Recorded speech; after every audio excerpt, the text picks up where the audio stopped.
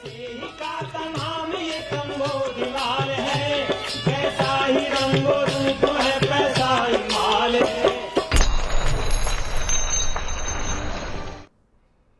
नमस्कार, आप सबके पसंदीदा कार्यक्रम मनी सेंट्रल में आप सभी का स्वागत है। मैं हूं विपुल सिंह। हर रोज की तरह हाजिर हैं हम आपकी जेब से जुड़ी, आपकी ज़िंदगी से जुड़ी तमाम महत्वपूर्ण खबरें लेकर के, और उन तमाम खबरों का विश्लेषण करने के लिए हमारे साथ मनी 9 के संपादक अंशुमान तिवारी जी हमेशा की तरह जुड़ चुके हैं। अंशुमान सर, बहुत बहुत स्वागत है आपका। धन्यवाद। तो आज के कार्यक्रम का आरंभ करें उससे पहले हम अपने दर्शकों को बता देते हैं कि हम क्या कुछ कार्यक्रम में दिखाने वाले हैं, बताने वाले हैं, नजर डालते हैं ऑन द शो पर। सबसे पहले बात करेंगे दिल्ली के रेरा का सख्त फरमान। क्या है सख्त फरमान और क्या होगा इसका असर, डिटेल में करेंगे चर्चा। क्या होम लोन में बढ़ेगी सुविधाएं, किस तरह की सुविधाएं बढ़ सकती हैं, इसको लेकर के करेंगे हम बातचीत। साथ ही साथ इनकम टैक्स विभाग ने करदाताओं पर बढ़ाया है दबाव, किस तरह का दबाव है और उसका असर किस तरीके से पड़ सकता है, इस पर भी करेंगे विस्तार से चर्चा। धातुओं की क्वालिटी पर देर से जागी सरकार, क्या है पूरी खबर, करेंगे विस्तार से चर्चा। और साथ ही साथ लगातार हम मानसून को लेकर बातचीत कर रहे हैं, तो बताएंगे आपको कि दिखने लगा सूखे का असर और कहां बढ़ने लगी है महंगाई। तो इन तमाम खबरों पे करेंगे डिटेल में चर्चा, लेकिन शुरुआत करते हैं रेरा की खबर के साथ। दिल्ली रियल एस्टेट रेगुलेटर यानी दिल्ली रेरा ने सभी बिल्डरों को रेजिडेंशियल और कमर्शियल प्रोजेक्ट्स की रजिस्ट्रेशन कराने के निर्देश दिए हैं। साथ में ये चेतावनी भी दी है कि रजिस्ट्रेशन नहीं होने पर बिल्डर्स के खिलाफ सख्त कार्रवाई की जाएगी, जिसके तहत प्रोजेक्ट की अनुमानित लागत का 10% तक जुर्माना या फिर कई सालों की कैद भी हो सकती है। सर, जो ये चेतावनी दी गई है, आखिर में इसकी आवश्यकता पड़ी क्यों और इसके मायने क्या है? विपुल, ये आश्चर्य की बात है कि रेरा को बना इतना समय हो गया है, पर दिल्ली में बिल्डर आज भी अपने प्रोजेक्ट्स का रजिस्ट्रेशन नहीं करा रहे हैं। और दिल्ली के रेरा को ये कहना पड़ा कि अगर बिल्डर अपने प्रोजेक्ट्स उसके पास रजिस्टर ही नहीं कराएंगे तो उनके खिलाफ कार्रवाई होगी। इसका मतलब ये है कि दिल्ली और दिल्ली के आसपास के इलाकों में जो प्रोजेक्ट बन रहे हैं उन पर रियल एस्टेट रेगुलेटर का, जो कि बड़ी संस्था थी और जिसकी जिम्मेदारी है कि सारे स्टेक होल्डर्स के हितों को सुरक्षित रखा जाए, वो उसका बस दिल्ली के बिल्डर्स पर नहीं चल रहा है। दिल्ली के रेगुलेटर ने फिर यह बात कही है कि 3 अलग अलग तरीके के प्रोजेक्ट हैं जिन्हें रजिस्टर कराना जरूरी है, और इन्हें जानना उन सारे लोगों के लिए भी आवश्यक है जो मकान खरीदते हैं, प्लॉट खरीदते हैं, कमर्शियल प्रॉपर्टी खरीदते हैं। उन क्यों रेरा में रजिस्ट्रेशन जरूरी है, और अगर वो ऐसे किसी प्रोजेक्ट में खरीदारी कर रहे हैं या लेने जा रहे हैं तो ये ध्यान रखें कि वो प्रोजेक्ट रेरा में रजिस्टर होना चाहिए। रेरा के नियम के हिसाब से ऐसा कोई भी प्रोजेक्ट जिसमें कि 500 स्क्वायर मीटर से बड़ा प्लॉट है और उसे पार्शियली या फुली डेवलप किया जा रहा है कमर्शियल रेजिडेंशियल प्रोजेक्ट को, उसे रेरा के पास रजिस्टर कराना अनिवार्य जरूरी है। इसके अलावा अगर कोई ऐसी प्रॉपर्टी जिसमें 8 से ज्यादा फ्लैट कंस्ट्रक्ट किए जा रहे हैं और उन्हें बेचा जा रहा है तो उनका रेरा के पास रजिस्ट्रेशन जरूरी है। और इसके अलावा कोई भी ऐसी लैंड 500 स्क्वायर मीटर की जहां से कोई प्लॉट बेचा जाता है तो उसका रेरा के पास रजिस्ट्रेशन जरूरी है। अब रेरा को यह बात चेतावनी के लहजे में कहनी पड़ी है कि अगर बिल्डर प्रोजेक्ट रजिस्टर नहीं कराएंगे तो उनके खिलाफ कार्रवाई होगी। तो ये ध्यान रखना हमारे लिए और बाकी सारे लोगों के लिए जरूरी है कि जो मकान खरीद रहे हैं वो ध्यान रखें कि क्या वो ऐसे बिल्डर के साथ तो नहीं जा रहे जिसने रेरा के नियमों का पालन ही नहीं किया है। तो ये बहुत ज़रूरी है, क्योंकि कल को अगर कोई शिकायत होती है तो अगर आप रेरा के पास जाते हैं और पहले से ही अगर रजिस्ट्रेशन नहीं है तो आपके लिए ही मुश्किलें बढ़ सकती हैं। तो जब भी आप मकान खरीदें ये इंश्योर करें कि रेरा के अंदर उसका रजिस्ट्रेशन है या नहीं है। इधर अगस्त के दौरान बरसात नहीं होने की वजह से तापमान में हुई बढ़ोतरी ने देश भर में बिजली की मांग को बढ़ा दिया है, जिस वजह से पावर प्लांट्स को बिजली उत्पादन बढ़ाना पड़ रहा है और इसके लिए कोयले की खपत बढ़ने से प्लांट्स के पास कोयले की कमी हो गई है। कोयले की बढ़ती हुई मांग को देखते हुए सरकार ने बिजली कंपनियों को मार्च तक ब्लेंडेड कोयले के आयात के निर्देश दिए हैं। सर, अब कोयला भी इंपोर्ट करने की स्थिति आ गई है, क्या वजह देखते हैं इसके पीछे आप? कोयले का दबाव लगातार बना हुआ था। ये गर्मी का मौसम लगभग टल गया इस बार। पिछले साल जैसी स्थिति हमने नहीं देखी जो कि पिछले साल गर्मी के मौसम में दिखाई दी थी, लेकिन बरसात आते आते और बरसात का असर खत्म होते होते अब फिर कोयले की किल्लत हो गई। जो ताजे आंकड़े हमारे सामने हैं उसमें कई प्रमुख बिजली घरों के पास अब कोयले का स्टॉक 10 दिन से कम रह गया है, जो कि क्रिटिकल लेवल से थोड़ा ऊपर है। क्रिटिकल नहीं है पर स्टॉक्स में तेज गिरावट आई है। भारत की प्रमुख कोल कंपनी कोल इंडिया, जो कि सबसे बड़ी कोल कंपनी, और रेलवे मिलकर कोयले की आपूर्ति कर रही है, पर बरसात कम होने के कारण सिंचाई के लिए भी और बाकी जरूरतों के लिए भी बिजली की मांग रिकॉर्ड पर है। पिछले 2 महीनों से भारत में बिजली की मांग में रिकॉर्ड तेज बढ़ोतरी दिखाई दी और अब बिजली घरों के पास को ज्यादा कोयला चाहिए अपनी उत्पादन क्षमता बढ़ाने के लिए, पीएलएफ बढ़ाने के लिए, जो उपलब्ध नहीं है। और इसलिए हम वापस उस स्थिति में जा रहे हैं जहां पिछले साल थे कि अब सरकार को यह कहना पड़ रहा है कि कोयले का इंपोर्ट जारी रखा जाए, उसे बढ़ोतरी ना की जाए, और जो 4 से 5% की ब्लेंडिंग की छूट दी गई है घरेलू कोयले में आयातित कोयले को मिलाने की, वो प्रक्रिया आगे भी लंबे समय तक जारी रखी जा सकती है। इसका सीधे दो मतलब होंगे कि एक तो जो बिजली घर चुनाव के दबावों से अलग अलग कीमतें बढ़ाने की स्थिति में होंगे, उनको महंगे कोयले की लागत को पास ऑन करने के लिए बिजली की कीमत बढ़ानी होगी। और दूसरी तरफ ये कि अगले 5 महीनों और 6 महीनों तक भारत में कोयले के आयात में कोई कमी आने की संभावना नहीं है। भारत का कोयला आयात पिछले 2 साल में काफी तेजी से बढ़ा है। चलिए, इस बीच जो है आयकर विभाग ने एडवांस टैक्स का भुगतान नहीं करने या कम भुगतान करने के लिए इस साल अप्रैल से अगस्त के दौरान करीब 5 लाख लोगों को अलर्ट भेजा है। जिन लोगों को अलर्ट भेजा गया है उनके पिछले साल तथा इस साल जून तिमाही के टैक्स भुगतान का आकलन किया गया है। आकलन के आधार पर जिन लोगों ने पिछले साल के मुकाबले कम एडवांस टैक्स दिया है उनको नोटिस भेजा गया है। करीब 25 लाख लोगों के पिछले साल के आयकर रिटर्न को खंगालने के बाद आयकर विभाग ने ये कदम उठाया है। सर, इनकम टैक्स डिपार्टमेंट की तरफ से आखिर में ये नोटिस क्यों भेजे गए हैं सर? ये थोड़ा सा रहस्यमय केस लग रहा है। 25 लाख केस ऐसे हैं जिन्होंने पिछले साल टैक्स दिया था और इस साल उनके टैक्स में या तो पिछले साल से टैक्स कम है या जीरो है। और इनकम टैक्स डिपार्टमेंट को अपने डेटा के सर्च के बाद पता चला, अरे बहुत बड़ा नंबर है 25 लाख केसेस का, कि ऐसी कंपनियां या ऐसे लोग या ऐसे प्रोफेशनल जो टैक्स दे रहे थे पिछले साल तक, इस साल ऐसा अचानक क्या हुआ है, और इसलिए उनको अलर्ट और नोटिस भेजे गए हैं। एडवांस टैक्स की व्यवस्था ये कि करीब करीब 15% की जो टैक्स लायबिलिटी है वो सितंबर तक जून तक पे की जानी होती है, 45% की टैक्स लायबिलिटी सितंबर तक दी जाती है और 75% तक दिसंबर तक दी जाती है, और मार्च तक पूरा टैक्स पे कर दिया जाता है। ये एडवांस टैक्स की व्यवस्था है। आमतौर पर एडवांस टैक्स प्रोफेशनल कंपनियां और छोटी कंपनियां इस तरीके के कारोबारी देते हैं। इनकम टैक्स डिपार्टमेंट को ऐसा शक है कि बहुत सारे लोगों ने जिन्होंने पिछले साल इनकम टैक्स दिया है, उन्होंने शायद इस बार अपने आप को इनकम टैक्स देने से बचने की कोशिश की है, और इसलिए उन्हें ये चेतावनी भेजी गई। अब इस बीच देश में अब घटिया क्वालिटी का एल्युमिनियम, कॉपर और निकल नहीं बिकेगा। सरकार ने इस साल दिसंबर से बिना BIS मार्क वाली जो क्वालिटी वाले जो प्रोडक्ट हैं उनको फिलहाल उनकी बिक्री को रेगुलेट किया जाएगा। विक्रेताओं को अब एल्युमिनियम, कॉपर और निकल के लिए ब्यूरो ऑफ इंडियन स्टैंडर्ड यानी BIS से प्रमाण पत्र हासिल करना होगा।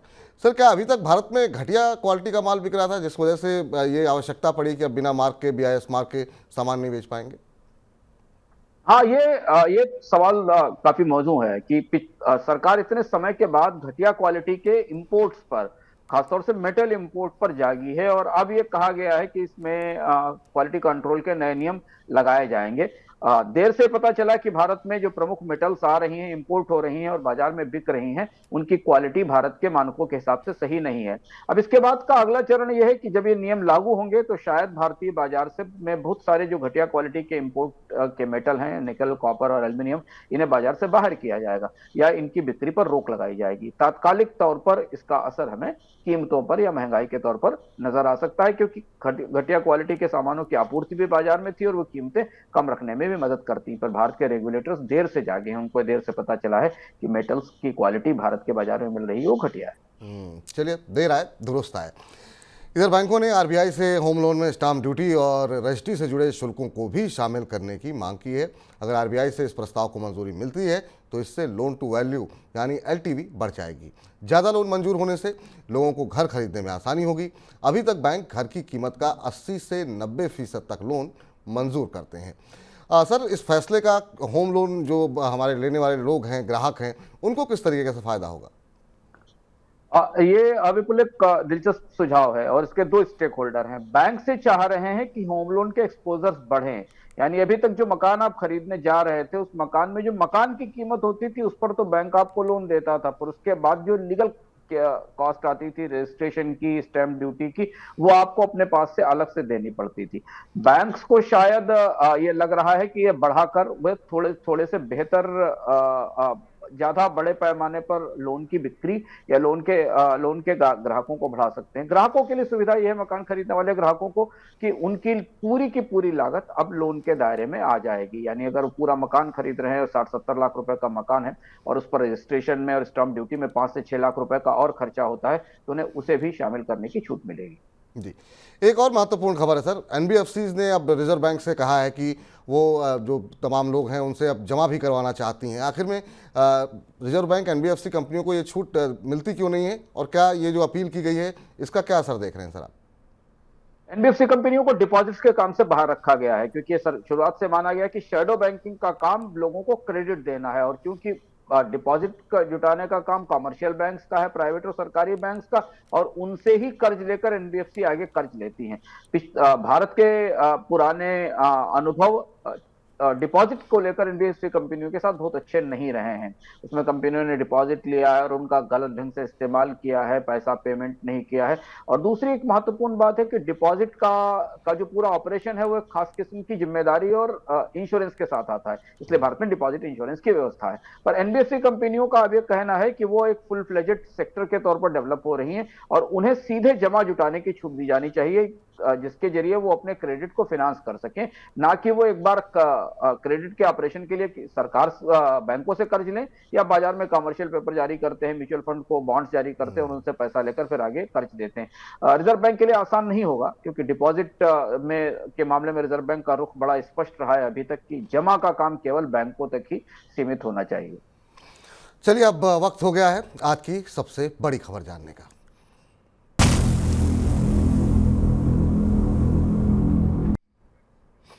त्योहार से पहले महंगाई बढ़ने की कई खबरें आना शुरू हो गई हैं। सीमेंट की कीमतों में 3 से 10% तक की बढ़ोतरी हुई है। घरों की इन्वेंट्री घटने की वजह से अब घर भी महंगे हो गए हैं। गन्ना उत्पादक राज्यों में बरसात की कमी से चीनी महंगी हो गई है और गाड़ियों के लिए नियम बदलने की वजह से कमर्शियल गाड़ियों के दाम भी बढ़ने की संभावनाएं जताई जा रही हैं। सर, अब सीमेंट की कीमतें बढ़ने का क्या वाकई में किस तरीके से आप देख रहे हैं कि आगे असर देखने को मिलेगा? उससे फिर और क्या लागत बढ़ेगी तो घर तो और महंगे हो जाएंगे? मैन्युफैक्चरिंग प्रोडक्ट्स में महंगाई का दौर, खासतौर से जो बेसिक मैन्युफैक्चरिंग प्रोडक्ट्स में महंगाई का दौर वापस लौट रहा है। हमें याद है कि पिछले साल के में हमने सीमेंट की कीमतों में बढ़ोतरी का एक पूरा दौर देखा था। उसके बाद से फिर कंपनियों ने बाजार में मांग कम होने के कारण और डिमांड को सपोर्ट करने के लिए कीमतों में कमी रोकी थी। पर अब जो ताजे आंकड़े आ रहे हैं उसमें 4 से 6% के आसपास सीमेंट कंपनियों ने कीमतें बढ़ाई हैं और उसका असर हमें उनके स्टॉक्स की कीमतों में बढ़ोतरी के तौर पर भी बाजार में दिखाई दिया है। दरअसल अब कंपनियां इस बात को एस्टिमेट कर चुकी हैं कि बरसात का सीजन खत्म हो रहा है, सीमेंट की डिमांड दोबारा शुरू होगी। त्योहारी सीजन के आसपास सीमेंट की मांग निकलती है। जो कंस्ट्रक्शन का डल सीजन था, जिस सीजन में भारत में निर्माण नहीं होता, वो धीमे धीमे अब पूरा हो रहा है। मानसून की जो भी स्थिति है उस स्थिति के बेस के आधार पर अब थोड़ी बहुत डिमांड कंपनियों के लिए बाहर सामने निकलेगी। दूसरी महत्वपूर्ण बात है कि अर्थव्यवस्था में ओवरऑल डिमांड की स्थिति बहुत अच्छी नहीं है, तो जो बाजार उपलब्ध है कंपनियां उसमें थोड़ा ज्यादा मुनाफा कमाना चाहती हैं और इसका सीधा असर हमको हाउसिंग कंस्ट्रक्शन की कास्ट पर भी दिखाई देगा और मकानों की बिक्री पर या मकानों की खरीद की लागत पर भी नजर आएगा। तो लागत बढ़ेगी तो मकान महंगे होंगे, लेकिन सर लागत मकान तो वैसे ही महंगे हो रहे हैं क्योंकि घरों की इन्वेंट्री भी हम देख रहे हैं कम हो रही है। इससे क्या और ज़्यादा कीमतें बढ़ेंगी सर? घरों की इन्वेंट्री में एक पेच है विपुल, की घरों की इन्वेंट्री कम हो रही है सस्ते और किफायती मकानों की। उनकी मांग भी नहीं और वो किफायती और सस्ते भी नहीं रहे हैं। 50-55 लाख 60 लाख रुपए का मकान है जो कि किफायती और सस्ता नहीं है। तो अगर आप ओवरऑल इन्वेंट्री में देखें तो बिल्डर्स ने अब अपनी इन्वेंट्रीज को प्रीमियम हाउसिंग की तरफ बढ़ाना शुरू कर दिया है। उनकी संख्या कम है पर उनके टिकट प्राइस ज्यादा है और उनकी सेल ज्यादा है। तो अब कंपनियों की कोशिश है कि वो 1 करोड़ 1.5 करोड़ रुपए से ऊपर के ज्यादा मकान बनाए जिनके लिए ग्राहक उपलब्ध हैं, हालांकि संख्या कम है और इसलिए आपको ओवरऑल इन्वेंट्री में कमी आती दिखाई दे रही है। जो इन्वेंट्री सस्ते मकानों की, किफायती मकानों की है। और चूंकि कीमतें भी पूरे ओवरऑल हाउसिंग सेक्टर में बढ़ी हैं पिछले 1 साल 1.5 साल के अंदर, उसकी 2-3 बड़ी वजह है। एक तो जमीनों की कीमतें बढ़ी हैं, शहरों के आसपास जमीन महंगी हुई है, उनके पंजीकरण और कंप्लायंस के कॉस्ट महंगे हुए हैं और ओवरऑल जो रॉ मटेरियल है मकान बनाने का, सीमेंट, स्टील, बाकी उनकी कीमतों में भी बढ़ोतरी हुई है। तो दोनों वजह से हाउसिंग मार्केट में अब मास की लार्ज स्केल डिमांड नहीं दिख रही है। जो डिमांड है बाजार में वो प्रीमियम हाउसिंग की है और प्रीमियम हाउसिंग की तरफ ही बिल्डर्स ज्यादा ध्यान भी दे रहे हैं और वहीं निवेश कर रहे हैं। लेकिन सर महंगाई की मार तो चौतरफा पड़ रही है। मैन्युफैक्चरिंग घर की बात हम कर रहे थे, अब तो मौसम की वजह से चीनी की महंगाई भी असर दिखाने लगी है। क्या इसके पीछे क्या कारण देख रहे हैं सर आप? ये सूखे का पहला इशारा है, पहला संकेत है। हमने अपने मौसम के क्या आकलनों में और चर्चाओं में मनी सेंट्रल में आपको बार बार मैप दिखाया है कि भारत के जो 2 बड़े राज्य जहां से गन्ने की सबसे ज्यादा फसल आती है, मध्य भारत में महाराष्ट्र और पूर्वी उत्तर प्रदेश के हिस्से, इन हिस्सों में सामान्य से 12 से 18% कम बारिश हुई है। अगस्त यहाँ बिल्कुल सूखा गया है और इसलिए अब यहाँ चीनी यहाँ गन्ने की उपज में या पैदावार में कमी की संभावना स्पष्ट रूप से बनती दिख रही है और उसका असर हमें चीनी की कीमतों में दिख रहा है। सरकार के लिए दुविधा यह है कि चीनी का खर निर्यात तो वैसे भी खोलने की कोई गुंजाइश नहीं है, लेकिन अगर चीनी की कीमतें त्योहारों से पहले बढ़ने लगेंगी तो उसका असर महंगाई पर दिखाई देगा और फिर वही मौसम है जब चीनी की सबसे ज्यादा मांग भी इस समय त्योहारी सीजन के कारण शुरू होती है, निकलना शुरू होती है। तो सूखे का पहला असर उन ज्योग्राफीज में, उन भूगोलों में दिखाई देने लगा है जहां ये मानसून पर एल निनो का असर है और अब बारिश लगभग सूखे की तरफ बदल चुकी है, बढ़ चुकी है। जी, और थाली महंगी हो गई सर, छत महंगी हो गई। अब जो नियमों में बदलाव जो देखने को मिल रहे हैं उसके कारण क्या अब कार की कीमतें भी बढ़ने की संभावना दिखाई दे रही है? त्योहार से पहले एक साथ हमें दिख रहा है कि बहुत सारे सेक्टर से एक साथ महंगाई निकलती दिखाई दे रही है। खाद्य महंगाई से हमने मैन्युफैक्चरिंग की महंगाई देखी। ऑटोमोबाइल सेक्टर में तीन बड़े बदलाव हो रहे हैं। तो ऑटोमोबाइल सेक्टर में एमिशन के नए, प्रदूषण के, पॉल्यूशन के नए नॉर्म्स आ रहे हैं जिनकी वजह से कंपनियों की लागत बढ़ी है। सेफ्टी के नए फीचर्स इंट्रोड्यूस करने हैं कार कंपनियों को सरकार के नियम के हिसाब से, उस वजह से भी कार की कीमतें बढ़ी हैं। और दूसरी एक और बात है कि रुपए में जो ताजी गिरावट आई है, हमने रुपए में जो ताजा कमजोरी देखी है, उसका असर भी ऑटोमोबाइल कंपनियों के कच्चे माल पर, कंपोनेंट्स पर और बाकी चीजों पर पड़ रहा है। यहाँ एक और चीज सूक्ष्म बात समझना जरूरी है कि ऑटोमोबाइल मार्केट और हाउसिंग मार्केट में अब कंपनियों को ये बात स्पष्ट रूप से बिल्कुल समझ में आ गई है कि ये प्रीमियम मार्केट है, ये महंगी कारों का मार्केट है और महंगे मकानों का मार्केट है। तो कंपनियां अब जो कारें बिक रही हैं उन कारों में ही कीमतें बढ़ा रही हैं क्योंकि वहां डिमांड है और जो 25 लाख, 20 लाख, 18 लाख रुपए की कार खरीद रहा है उसे 25-30 हजार रुपए की एक्स्ट्रा कीमत आसानी से बढ़ाकर कार बेची जा सकती है।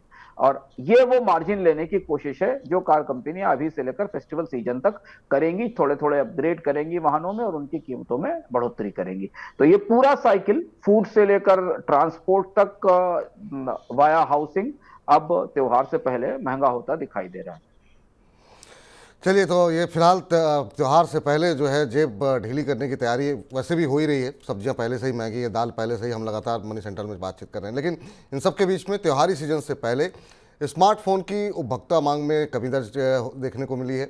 आपको बता दें कि ऑनलाइन बिक्री के कई दौर और खुदरा विक्रेताओं के मार्जिन में बढ़ोतरी के बावजूद अगस्त में मांग में कमी देखने को मिली है। बाजार से जुड़े जानकारों का ये मानना है कि उद्योग को त्योहारी सीजन के दौरान बिक्री में सिर्फ सिंगल डिजिट में बढ़ोतरी की उम्मीद है, जबकि पिछले कुछ वर्षों में बिक्री जो है हमने देखा था डबल डिजिट में देखने को मिली थी। सर, अब स्मार्टफोन की बिक्री भी घटने लगी है, डिमांड सिंगल डिजिट में आती हुई दिखाई दे रही है, इस तरह के अनुमान जताए जा रहे हैं। क्या आप वजह मानते हैं आप इसके पीछे? बड़ी वजह कीमतें हैं और अगर कंपनियां बाजार में मांग चाहेंगी तो उन्हें इस त्योहार कुछ हैवी डिस्काउंट्स प्ले करने पड़ेंगे और जब तक बड़े डिस्काउंट नहीं होंगे तब तक उन स्मार्टफोन की बिक्री नहीं बढ़ेगी जो बड़े संख्या में, स्केल में बिकते हैं। वैसे भी भारत में सस्ते स्मार्टफोन्स का बाजार सिमट गया है। हमने आपको मनी सेंटर में बताया भी था कि भारत में वापस रिफर्बिश स्मार्टफोन की डिमांड बढ़ने लगी है, पुराने जिनको ठीक करके बेचा जा रहा है। तो स्मार्टफोन सामान्य व्यक्ति की रेंज से बाहर निकल गया। 8-9-10 हजार रुपए का स्मार्टफोन अब उपलब्ध नहीं है। जो पहले था उसकी कीमत 12 से 13-14 हजार रुपए हो गई है। तो या तो कंपनियों को इसमें डिस्काउंट, बड़े डिस्काउंट के प्ले करने पड़ेंगे और नहीं तो इस बाजार में तेज बिक्री नहीं आएगी। और यही आकलन हमें मार्केटिंग एजेंसियों की तरफ से जो सूचना मिल रही है वो दिखाई दे रहा है कि ये त्योहारी सीजन स्मार्टफोन की बिक्री में डबल डिजिट की ग्रोथ लेकर शायद नहीं आएगा।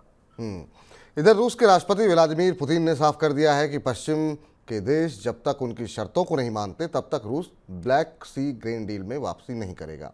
रूस ने ब्लैक सी ग्रीन डील में वापस लौटने के लिए उसके ऊपर लगे आर्थिक प्रतिबंधों को हटाने की शर्त रखी है।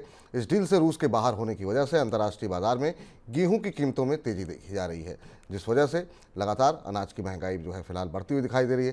सर, अब स्थितियां अंतर्राष्ट्रीय भी ऐसी होती दिखाई दे रही हैं कि ऐसा लग रहा है कि वाकई में अनाज की कीमतें फिलहाल कम होती दिखाई नहीं दे रही? सर, रूस की शर्त खैर नाटो देश या बाकी लोग क्या मानेंगे कि युद्ध काफी भीषण स्थिति में पहुंच चुका है और जिस वजह से रूस पर प्रतिबंध लगाए गए हैं उनमें कोई रियायत देने की संभावना नहीं है। और इसलिए अगर आप व्यापक बाजार की दृष्टि से देखें तो रशिया के इस अनाज की संधि में वापस लौटने और इसे दोबारा अनाज का एक्सपोर्ट शुरू होने की संभावना नहीं है। लेकिन रूस यहाँ पर थोड़ा डिप्लोमेटिक प्ले में भी इन्वॉल्व है। रूस ने अलग से अफ्रीकी देशों के साथ एक सीधा करार किया है और उन्हें अनाज की सप्लाई करनी शुरू की है ताकि वहां पर अनाज की और भोजन की कमी ना हो सके। तो रूस एक तरफ उन बाजारों को कैटर करने की कोशिश कर रहा है, वहां अनाज चैरिटी के तौर पर पहुंचाने की कोशिश कर रहा है, जिन्हें इस ग्रेन डील के, अनाज की डील के बंद होने से सबसे ज्यादा नुकसान होने वाला है। लेकिन दूसरी तरफ कूटनीतिक तौर पर वो ऐसी बहुपक्षीय संधि में जाने को तैयार नहीं है जिसके जरिए उसे निर्यात करने के लिए या अपने बंदरगाह खोलने के लिए बाध्य किया जा सके। तो रूस की तरफ से कहा गया कि रशिया अफ्रीकन देशों को अनाज भेजेगा, मुफ्त भेजेगा, और उन्हें इसके लॉजिस्टिक्स की तैयारी में भी, लॉजिस्टिक्स की व्यवस्था में भी, सामान पहुंचाने में, उतारने में भी मदद करेगा। चलिए अब कुछ एक और खबरें देख लेते हैं, फटाफट झटपट पे नजर डालते हैं।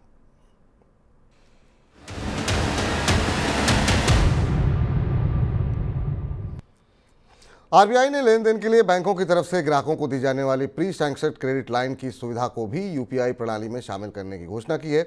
अभी तक यूपीआई प्रणाली के जरिए सिर्फ जमा रकम का ही लेन देन किया जा सकता था।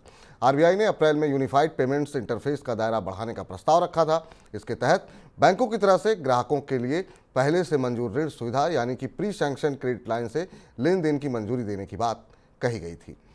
इसके अलावा आपको बता दें कि गुजरात उच्च न्यायालय ने घरेलू शीतल पेय ब्रांड रसना को बड़ी राहत देते हुए दिवालिया प्रक्रिया शुरू करने के एनसीएलटी के आदेश पर रोक लगा दी है। एनसीएलटी की अहमदाबाद पीठ ने पिछले हफ्ते 71.27 लाख रुपए के भुगतान चूक के मामले में रसना के खिलाफ कॉर्पोरेट दिवाला समाधान प्रक्रिया शुरू करने का आदेश दिया था। इसके साथ ही कंपनी के निदेशक मंडल को निलंबित करते हुए एक अंतरिम समाधान पेशेवर भी नियुक्त किया गया था। रसना इंडस्ट्रीज के प्रवर्तकों ने इस आदेश को उच्च न्यायालय में चुनौती दी थी और वहां से उन्हें राहत मिल गई है। आयुष झारखंड की वेबसाइट से 3.2 लाख मरीजों और डॉक्टरों की व्यक्तिगत पहचान जानकारी यानी कि PII लीक करके इसको डार्क वेब पर उपलब्ध कराने का मामला सामने आया है। लीक की गई जानकारी में डॉक्टरों, उनके PII, लॉगिन के ब्यौरे, यूजर्स नाम, पासवर्ड और फ़ोन नंबर आदि आंकड़े शामिल है। इसमें 500 लॉगिन के ब्यौरे टेक्स्ट के रूप में है और उन्हें डार्क वेब पर जारी कर दिया गया है। आपको बता दें कि झारखंड की इस वेबसाइट को डिज़ाइन और विकसित रांची की IT company Bidsphere Infosystem private limited ने किया था। इधर रिलायंस रिटेल ने Metro cash and carry stores को अब सभी ग्राहकों के लिए खोल दिया है। कंपनी के इस फैसले के बाद रिटेल ग्राहक भी इन स्टोर से खरीदारी कर सकेंगे। पूर्व में मेट्रो के आउटलेट सिर्फ बिजनेस टू बिजनेस कस्टमर्स के लिए ही थे। आपको बता दें कैश एंड कैरी बिजनेस के लिए FDI मानदंड के तहत सिर्फ विदेशी कंपनियों को भारत में स्टोर और ऑनलाइन के जरिए B2B कस्टमर्स को प्रोडक्ट की बिक्री की अनुमति है, जबकि रिलायंस रिटेल को घरेलू कंपनी के तौर पर FDI से जुड़े मानदंड का पालन करने की ज़रूरत नहीं थी। सर, ये कुछ खबरें फटाफट झटपट में आप किसी पर टिप्पणी करना चाहेंगे? आयुष का डेटा लीक दूसरी बड़ी घटना है। इससे पहले हमने कुछ और राज्यों में भी ये घटनाएं देखी जिसमें स्वास्थ्य संबंधी डेटा लीक हुआ है, और ये बता रहा है कि भारत का जो पूरा डेटा प्रिवेसी का सिस्टम है और खासतौर से सरकारी विभागों के पास जो निजी लोगों का डेटा है उसकी सिक्योरिटी का हाल क्या है। और एक बड़ा खतरा है कि लोगों के प्राइवेट पर्सनल डेटा और उसमें खासतौर से उनके हेल्थ केयर के डेटा डार्क वेब पर जा रहे हैं। अभी भी भारत में इन सारी घटनाओं के बाद भी कोई सामूहिक रूप से ऐसा साइबर सिक्योरिटी स्ट्रक्चर बनता नहीं दिखाई दे रहा है जो इन सूचनाओं को बचा सके। ये एक महत्वपूर्ण और चिंताजनक घटनाक्रम है झारखंड का। दूसरी महत्वपूर्ण चीजें, दो खबरें झटपट में है। एक तो यूपीआई का विस्तार हो रहा है। यूपीआई से क्रेडिट का भुगतान भी किया जा सकेगा। यदि आपने पहले अपना कर्ज मंजूर करा रखा है तो आप यूपीआई के जरिए उसका पेमेंट का भुगतान ले सकते हैं। और रिलायंस ने अब भारत में कैश एंड कैरी या होलसेल सेल का पूरा ढांचा बदल दिया है मेट्रो के अधिग्रहण के बाद। अब मेट्रो के जो स्टोर हैं उन पे आम लोग भी जाकर खरीदारी कर सकेंगे। इसका असर ये होगा कि भारत में और भी जो होलसेल स्टोर्स हैं उन्हें भी अब रिटेल के लिए खोलने का रास्ता खुलेगा। अंशुमान सर, आज की इस चर्चा में जुड़ने के लिए और तमाम खबरों का विश्लेषण करने के लिए बहुत बहुत शुक्रिया, बहुत बहुत धन्यवाद आपका।